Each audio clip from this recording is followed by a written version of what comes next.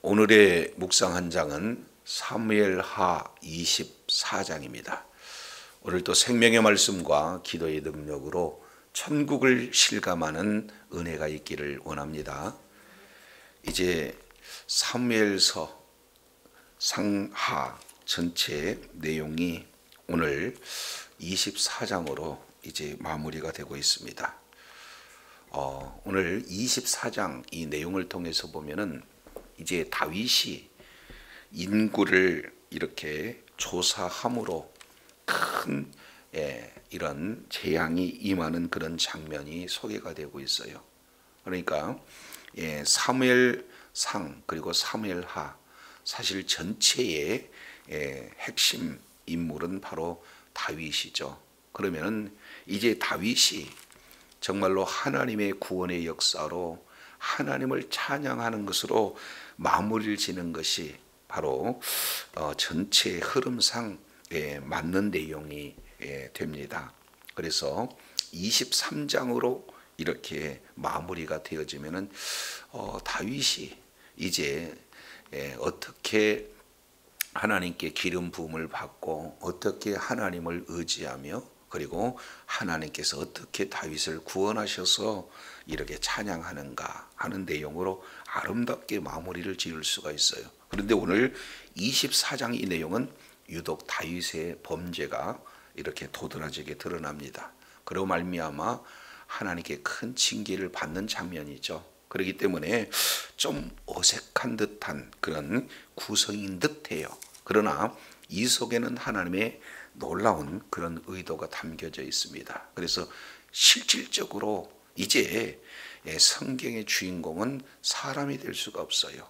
그래서 위대한 그런 어떤 다윗조차도 바로 범죄할 수 있는 연약한 인간에 불구하고 바로 성경의 주인공은 바로 우리 하나님이시다라는 사실을 아주 잘 이렇게 말씀을 하고 있습니다. 24장 1절 내용을 통해서 보면은 여호와께서 다시 이스라엘 향하여 진노하사 그들을 치시려고 다윗을 격동시키사 가서 이스라엘과 유다의 인구를 조사하라 하신지라 그랬습니다. 자, 여기서 내용을 보면은 하나님께서 진노하셨다는 거고, 그리고 그 진노하신 이후에 다윗을 치기 위해서 다윗을 감동시켰다. 그래서 다윗은 인구를 조사하게 되는 과정이 소개가 되고 있습니다. 참 자세히 따지고 보면은 다윗이 인구를 조사하게 되는 그 근본이 하나님께서 다윗을 감동시키기 때문에 이런 범죄를 저질렀다. 이렇게 표현을 한다 보면은 자칫 외적인 내용으로만 본다면은 사실은 병 주고 약 주고 하는 하나님인 것처럼 이렇게 보여져요. 그런데 조금 더 꼼꼼히 이렇게 따지고 보면은 다윗이 인구를 조사하는 데 있어서 어떠한 마음 자세로 인구를 조사했는가, 이 부분을 살펴볼 필요가 있어요. 이거에 대해서 다윗이 인구를 조사하는 그 마음을 그 군대 장관 요압이 이 부분들을 설명을 하고 있습니다. 자, 2절 보세요. 왕이 그 곁에 있는 군사령관 요압에게 이르되 너는 이스라엘의 모든 지파 가운데로 다니며 이제 다네에서부터 브엘세바까지 인구를 조사하여 백성의 수를 내게 보고하라 하니 요압이 왕에게 아뢰되 이 백성이 얼마든지 왕의 하나님 여호와께 100배나 더 하게 하사 내 주 왕의 눈으로 보게 하시기를 원하나이다. 그런데 내 주 왕은 어찌하여 이런 일을 뭐 하시나이까? 기뻐하시나이까? 그러니까 지금 인구를 조사하는데 그 군사령관 요압이 보기에도 다윗의 마음이 뭐하다는 거예요? 기뻐하다. 결국 인구를 조사하는 그 동기가 무엇인가? 이것이 매우 중요한데 다윗은 인구를 조사하는 일에 매우 기뻐했다. 지금 이렇게 표현이 되어져 있습니다. 그러니까 자, 한번 다윗의 그 출발점을 한번 보세요. 골리앗과의 싸움 내용을 통해서 보면은 다윗의 중심에 숫자에 관심이 있었습니까? 하나님께 관심이 있었습니까? 이것을 비춰보면은 이제 전쟁은 여호와께 속하고 그리고 수에 관계없다는 거예요. 이것이 이제 다윗이 초기에 가졌던 그런 마음인데 시간이 지났습니다. 하나님이 다윗과 함께 해주고 다윗은 승승장구합니다. 주변 사람들이 몰려오죠. 주변국이 다 이제 굴복하고 조공을 드립니다. 나라는 평안하게 되어집니다. 그랬을 때 다윗의 그 중심 가운데는 하나님께서 함께 하시고 하나님께서 도우셨다는 이 생각보다도 자기와 함께한 군사들의 수요가 더 많은가 하는 그 어리석은 교만한 마음이 지금 다윗의 심령 가운데 자리 잡게 되는 거죠. 그래서 그러한 중심이 있기에 하나님께서는 다윗이 인구 조사하는 그 일에 뭐 하는 거예요? 허용했다. 지금 이렇게 볼 수가 있습니다. 자, 이 내용을 역대상 21장 우리 한번 보시겠습니다. 역대상 21장 이 내용은 조금 다르게 표현을 하고 있어요. 1절입니다. 사단이 일어나 이스라엘을 대적하고 다윗을 격동하여 이스라엘을 계수하게 하니라. 지금 이렇게 말하고 있습니다. 결국 이제 다윗이 요압과 백성의 그런 어떤 두목에게 이르되 하면서 계수를 지금 명령하고 있는 내용이죠. 그러면은 여기는 조금 다르게 표현을 하고 있는 것을 볼 수가 있죠. 자, 이 내용을 21장 1절 내용을 보면은 어디 내용인가 봤더니 20장 보세요. 20장 19장 모습 본다면은 다윗은 6절에 암몬을 이렇게 치게 됩니다. 19장 16절 아람을 치게 됩니다.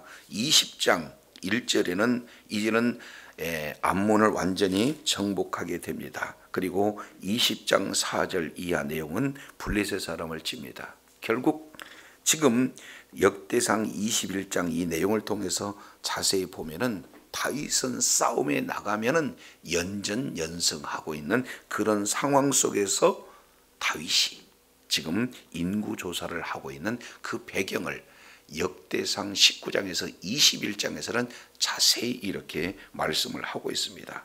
그러면 결국 지금 다윗 인생에서 가장 큰 두 가지 실수가 있다면 그것은 밧세바를 범하는 것이요. 그리고 마지막 인구를 조사하는데 왜 이 사탄이 일어나 다윗을 격동했는가 봤더니 다윗은 초심을 잃어버렸어요. 하나님을 의지하는 것을 잃어버렸습니다. 그리고 결국에 자기와 함께한 군사가 유능하고 그리고 잘 이렇게 수가 많고 그리고 유능한 그런 자들이 이렇게 함께 했기 때문이다 하는 그런 교만한 마음으로 가득 차게 된 거죠.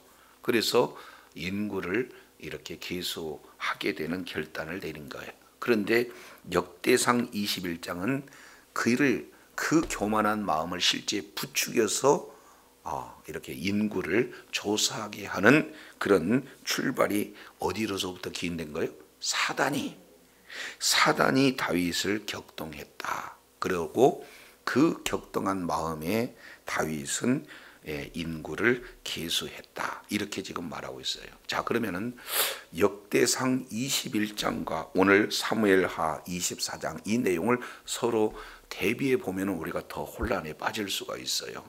그잖아요.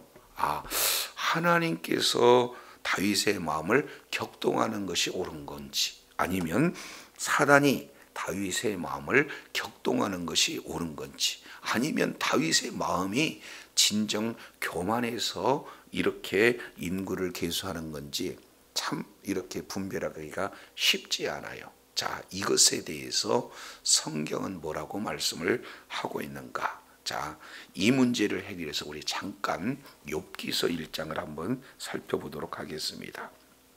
욥기서 1장 이 내용을 통해서 보면은 이제 욥이 갑작스럽게 큰 어려움을 겪는 그런 장면이 소개가 되고 있습니다. 자, 그 내용 가운데 자, 사탄이 이제는 하나님과의 그런 대화 속에서 욥기서 1장 자 10절 보세요. 9절 내용을 보면은 사탄이 여호와께 대답하여 이르되 욥이 어찌 까닭없이 하나님을 경외하겠습니까? 하고 하나님의 말씀에 대해서 이의를 제기하는 것을 봅니다. 자, 그랬을 때 11절 이제 주의 손을 펴서 그의 모든 소유물을 치소서 그리하면 반드시 대면하여 주를 욕할 것입니다. 이렇게 얘기해요. 그러니까 욥에 대한 평가가 하나님과 사단 사이에 크게 다르게 평가가 되어지죠. 그래서 하나님께서는 욥을 향하여서 온전하고 정직하여 하나님을 경외하고 악에서 떠난 자가 세상에 없다 이렇게 평가하는 거고, 그리고 사탄이는 아닙니다. 이제 어찌 까닭없이 하나님을 경외하겠습니까? 한번 그 소유물 한번 쳐보세요. 그러면 반드시 하나님을 욕할 것입니다. 지금 이렇게 서로 상반된 평가를 하고 있어요. 이랬을 때 12절 매우 중요한 내용이 소개가 됩니다. 여호와께서 사단에게 이르시되 내가 그의 소유물을 다 네 손에 넘겨주겠다. 그러니 오직 그의 몸은 손을 대지 말라. 그랬더니 사단이 곧 나갔습니다. 자, 그런데 어떤 일이 벌어지는가? 13절 보세요. 자, 13절 내용을 통해서 보니까 이제 하루에 있었던 사실에 욥의 자녀들이 그 맏형집에서 지금 잔치가 이루어져요. 그런데 14절 자, 소 나귀가 자 이제 밭을 갈고 풀을 먹는데 15절 스밧 사람이 갑자기 와서 그것들을 빼앗고 칼로 종을 죽입니다. 그리고 16절 아직 말할 때 하늘에서 불이 내려가지고 양과 종들을 다 죽여버립니다. 자, 17절 보니까 아직 말할 때 갈대아 사람들이 와서 이 낙타들을 다 빼앗고 종들을 죽였습니다. 그리고 18절 아직 말할 때 이제 19절에 큰 바람, 대풍이 일어나서 자녀들을 다 죽입니다. 그러면 이 내용을 통해서 보게 되면은 실질적으로 욥에게 큰 어려움을 당하게 되는데, 자, 여기서 보면은 세 가지 지금 내용이 대상이 나와요. 욥이 지금 어려움을 겪는 것은 15절 보니까 스밧 사람이 죽이는 일로 나오는데 그 스밧 사람이 직접적으로 이전 소들도 나귀들도 죽이고 종도 죽이는 일을 스밧 사람이 했다는 거예요. 근데 그 스밧 사람은 실제 그 일을 진행했지만 스밧 사람이 그 일을 하도록 뒤에서 배후하는 배후에서 역사하는 존재가 누굽니까? 사탄이에요. 근데 그 사탄도 역시 하나님의 뭐예요? 허용하에 그의 일이 이루어진다 라는 것을 볼 수가 있습니다. 자, 그러면은 이 내용을 오늘 사무엘하 그리고 역대상 21장 이 내용을 통해서 보면은 실제 인구를 조사하는 일은 다윗이 그 일을 진행을 했지만 그 배후에서 역사하는 영적 존재는 누굽니까? 사탄이에요. 근데 그 사탄이 하는 모든 일에 허용하는 분은 누굽니까? 하나님이시다. 이렇게 우리가 이렇게 성경을 통해서 살펴볼 수가 있습니다. 자, 그래서 다윗의 그 중심이 교만했어요. 하나님을 의지하기보다는 사람의 숫자에 더 이렇게 초점을 가진 그것이 바로 교만한 거고, 그 교만한 마음을 배후에서 사단이 부추겼고, 그리고 그러한 내용을 하나님께서는 허용하셨다. 이렇게 우리가 오늘 본문을 이렇게 이해하면 이 일이 결국에는 사탄의 이렇게 쓰임받을 수 있는 다윗의 교만함이 바로 그 출발점이었다라는 사실을 보게 되어집니다. 그래서 이 일을 요압 장군도 말리고 있잖아요. 자, 그런데 교만하면 사람의 말이 안 들립니다. 그래서 사무엘하 24장 4절 이 내용을 통해서 보면 왕의 명령이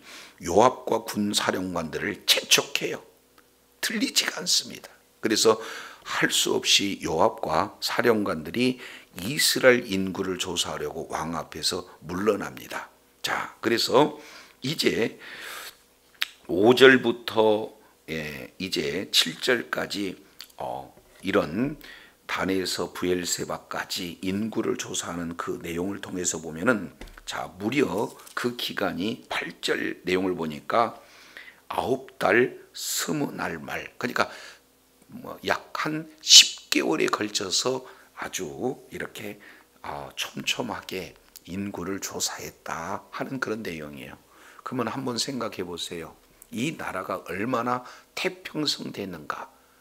군대 장관이 무려 한 10개월 정도에 거쳐서 싸움 아닌 그런 현장이 아닌 인구조사를 이렇게 진행했다. 그러면은 주변 국가로부터 위기가 없었던 태평성대였다라는 사실을 보게 됩니다. 자, 이 내용을 통해서 위기는 평안할 때 오는가, 아니면 위기는 정말로 이렇게 어려운 그런 상황 속에서 오는가. 오늘 다윗의 경우 내용을 통해서 보면은 정말 어렵고 힘들 때는 전적으로 하나님을 의지했지만 이제 하나님의 도우심으로 안정되었을 그때에 오히려 그 마음의 중심에 교만한 마음이 있기 때문에 바로 이 신앙의 위기는 어려운 환경보다도 평안할 때 온다라는 사실을 다윗의 예를 통해서 우리가 살펴볼 수가 있습니다. 자, 그런데 다윗 중심에 또 어떤 마음이 있는가 한번 보시기를 바랍니다. 9절이에요. 9절 내용을 통해서 보면 요압이 백성의 수를 왕께 보고하니 곧 이스라엘에서 칼을 빼는 담대한 자가 몇만이다? 80만 명. 유다 사람은 몇요? 50만 명이에요. 자, 그런데 이미 다윗은 통합 방안이 있어요. 그러니까 한 번에 80만 명, 50만 명, 남 유다, 북 이스라엘 나눌 이유가 없어요. 그래서 도합 뭐예요?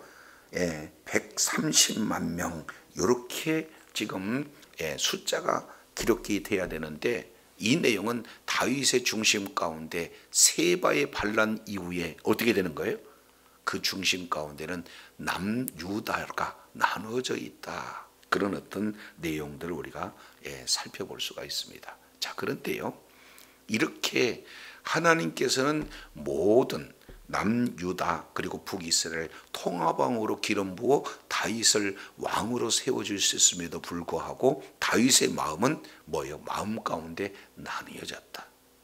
유다는 나를 따르고 언젠가 이스라엘은 또다시 배반할 수도 있겠다는 그 의식이 아직 다윗의 마음 가운데 남아져 있는 것을 볼 수가 있어요. 그러니까 다윗의 내면은요, 하나님을 의지하기보다는 사람의 수에 의지한 죄악, 그리고 하나님이 맡겨주신 백성들을 또 이렇게 나누는 이러한 잘못된 그런 마음, 이런 내용들이 속속들이 지금 드러나고 있는 것을 이렇게 볼 수가 있습니다.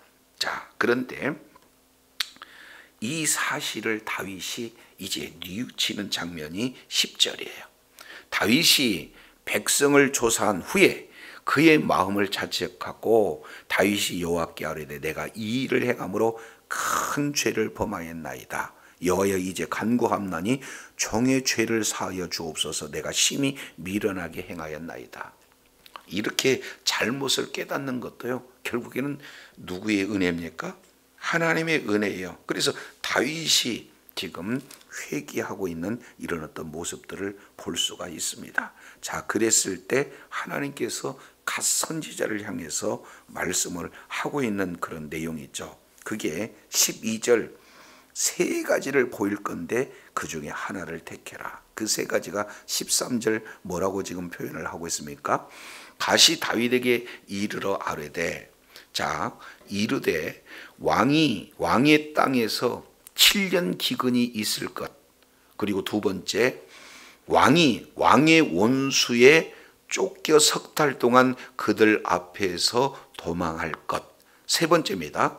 왕의 땅에서 사흘 동안 전염병이 있을 것.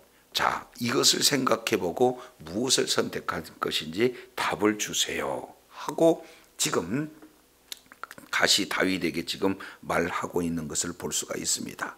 그러니까 이 세 가지 내용은 자기 다윗이 어떻게 잘못하였는가 구체적으로 이렇게 기억하게 하고 잘못을 이렇게 뉘우치는 이런 어떤 과정을 지금 말하고 있는 거 아니겠습니까? 그러면 한번 생각해 보세요.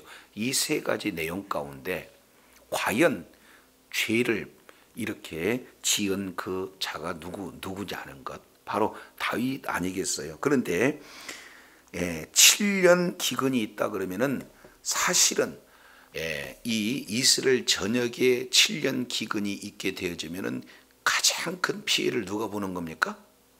그렇습니다. 백성들이 볼 수밖에 없어요. 기근 속에서 왕이 굶을 수 없잖아요. 자, 두 번째, 왕이 대적에게 쫓는다. 그러면 백성하고 전혀 관계없이 왕이 실질적으로 큰 어려움에 빠지게 되는 거지 않습니까? 그러니까 이 두 번째 문제야말로 다윗이 선택할 수 있는 그런 내용이 되어집니다. 그런데 도망하는 그 일을 사울에게 얼마나 오랫동안 경험을 했습니까? 이게 싫은 거죠. 세 번째, 3일 동안 짧은 내용이에요. 그러나 온역이 백성들에게 미치는 그런 영향을 봤을 때 결코 적다고 할 수가 없어요. 그러면 이 세 가지 제시 내용 가운데 다윗이 실질적으로 회개했다 그러면 몇 번을 선택해야 맞는 겁니까? 두 번째 아니겠어요? 그런데 다윗이 선택한 것은 14절이에요. 다윗이 가데게 이르되 내가 고통 중에 있도다 청하건대 여호와께서는 긍휼히 크시니 우리가 여호와의 손에 빠지고 내가 사람의 손에 빠지지 아니하기를 원하나이다 하고 이제 세 번째 온역을 취하고 있는 것을 볼 수가 있습니다. 근데 따지고 보면은 다 하나님께서 이 일들을 진행하시는 그런 내용이에요. 자, 그런데 문제는 15절입니다. 이에 여호와께서 그 아침부터 정하신 때까지 전염병을 이스라엘에게 내리시니 단에서부터 브에셀까지 백성의 죽은 자가 몇이다? 7만 명. 그러니까 짧은 그 시간에 7만 명이 죽어요. 근데 그 7만 명이 죽는 그 장소를 보니까 단에서부터 브엘세바까지, 그러니까 어느 특정한 장소만 전염병으로 죽는 게 아니라 이스라엘 전역에 지금 죽는 자가 엄청나게 많은 숫자예요. 무려 7만 명이다. 이 내용은 뭐예요? 적은 숫자가 아닙니다. 자, 이런 어떤 내용을 통해서 이것이 일부고요. 16절 내용을 보면 천사가 예루살렘을 향하여 손을 들어 멸하려 하고 있습니다. 그러니까 이제 계속해서 7만 이상 더 죽는 그런 상황 속에서 여호와 하나님이 이 재앙을 이제 멈추게 하시는 그런 어떤 장면이에요. 그랬을 때 여호와의 사자는 어디에 있었느냐? 여부스 사람 아리우나 타작마땅 곁에 있었다. 지금 이 표현하고 있어요. 여기서 아라우나는 오르난의 또 다른 표현이에요. 그러니까 여부스 어로는 아라우나고 히브리어로는 오르난, 이렇게 되니까 똑같은 그런 어떤 명칭이 되어지는 겁니다. 자, 그랬을 때 비로소 다윗이 실질적으로 회개를 하고 있는 장면이 17절입니다. 다윗이 백성을 치는 천사들을 보고 곧 여호와께 아뢰어 이르되 나는 범죄하였고 악을 행하였거니와 이 양의 무리는 무엇을 행하였나이까? 청하건대 주의 손으로 나와 내 아버지 집을 짓소서. 비로소 이제 자기 죄로 말미암아 그 죄값을 자기 자신이 받아야 맞는데 자기 죄로 인하여서 죄 없는 뭐예요? 백성들이 지금 그 대가를 치르고 있는 것을 보고 비로소 이제 나와 내 집을 치소서 하고 실질적으로 회개하고 있는 그런 내용들을 보게 됩니다. 자, 그랬을 때 이제 가시 다윗에게 와서 올라가서 여부스 사람 이제 야라노아 타작마당에서 여호와를 위하여 단을 싸소서. 지금 이렇게 표현하고 있습니다. 결국 이제 하나님의 시험이 다윗의 회개를 통해서 이제 예배를 드리는 것으로 지금 종결짓는 것을 보게 됩니다. 자, 그런데 이 아라우나 타작마당에 이제 에서 여호와를 위해서 제사를 드려라, 번제를 드려라. 지금 이렇게 말하는 이런 어떤 내용을 가지고 이제 직접 다윗이 그 현장에 지금 찾아가게 되어지는 거죠. 자, 그런데 21절 보세요. 다윗이 중반절입니다. 다윗이 이르되 내게서 타작마당을 사서 여호와께 단을 쌓아 백성에게 내리는 재앙을 그치게 하려 함이다 하고 이제 다윗이 아라우나 타작마당에 찾아간 그런 상황을 지금 가르쳐주고 있는 걸 볼 수가 있어요. 그러면 아라우나 입장에서는 왕이 자기의 타작마당에 찾아온 것 얼마나 감격적인 거예요. 그렇지 않습니까? 그리고 친절하게 백성의 재앙을 그치기 위해서 제사를 드리겠다.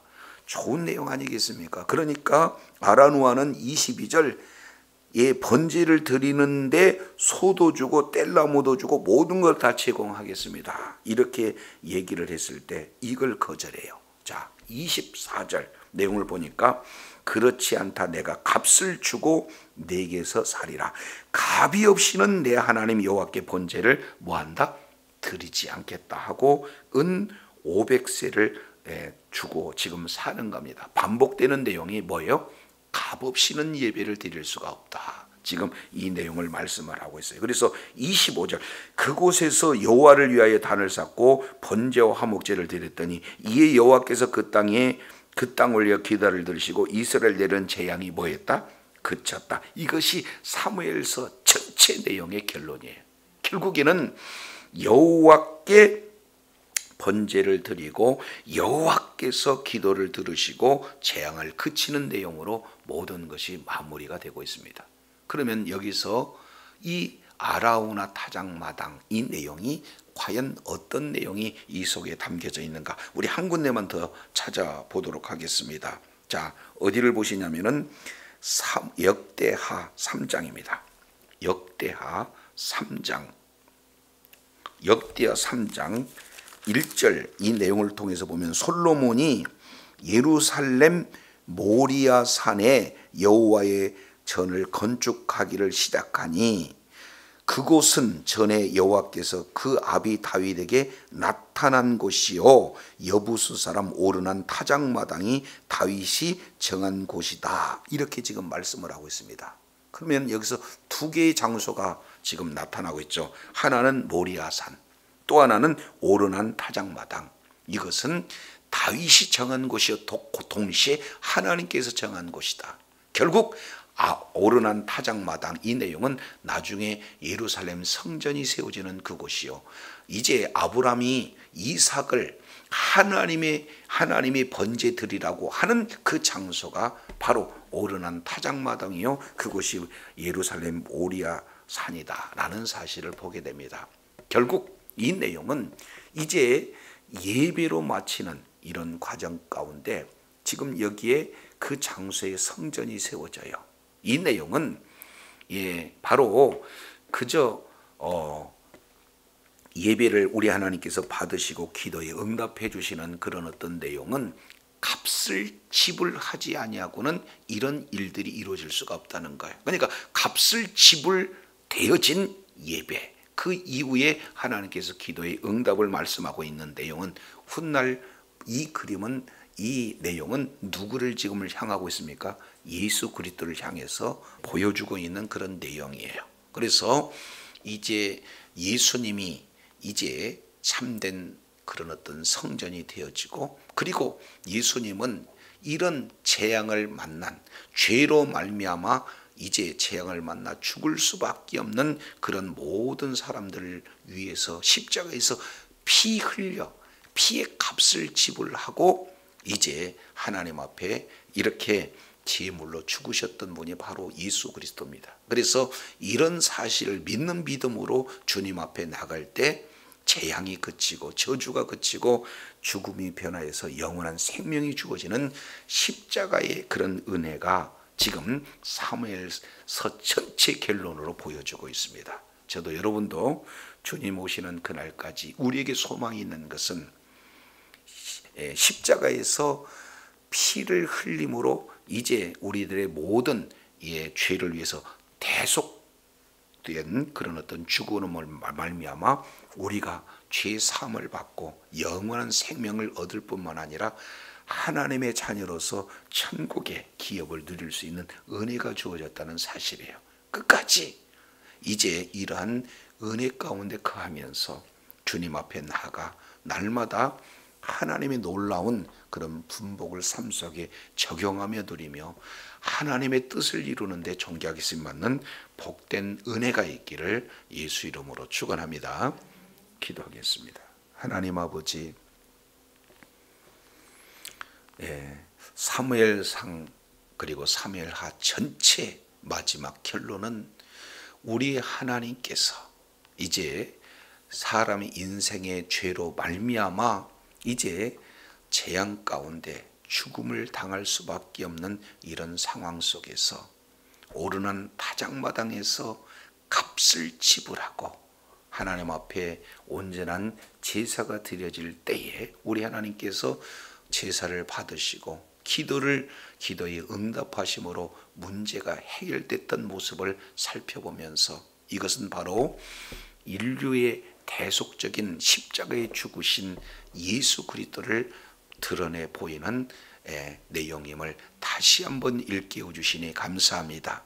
이제 우리들의 모든 죄의 값이 예수님의 십자가에서 피 흘리신 그 사랑으로 이제는 값이 지불되었기에 이제 예수 그리스도를 믿는 믿음으로 더 이상 이제는 심판과 저주와 관계없는 하나님의 놀라운 은혜 가운데 거할 수 있도록 은혜를 주셨사온즉 이제 예수 그리스도를 믿는 믿음으로 있는 그곳에서 정말로 주의 사랑을 받은 자로서 주의 사랑을 전하는 그 자리에 있어서 하나님의 뜻을 이루며 하나님 앞에 존귀하게 쓰임 받는 주의 자녀들이 다 되어지도록 은혜를 더하여 주옵소서. 예수님 이름으로 기도드립니다. 아멘.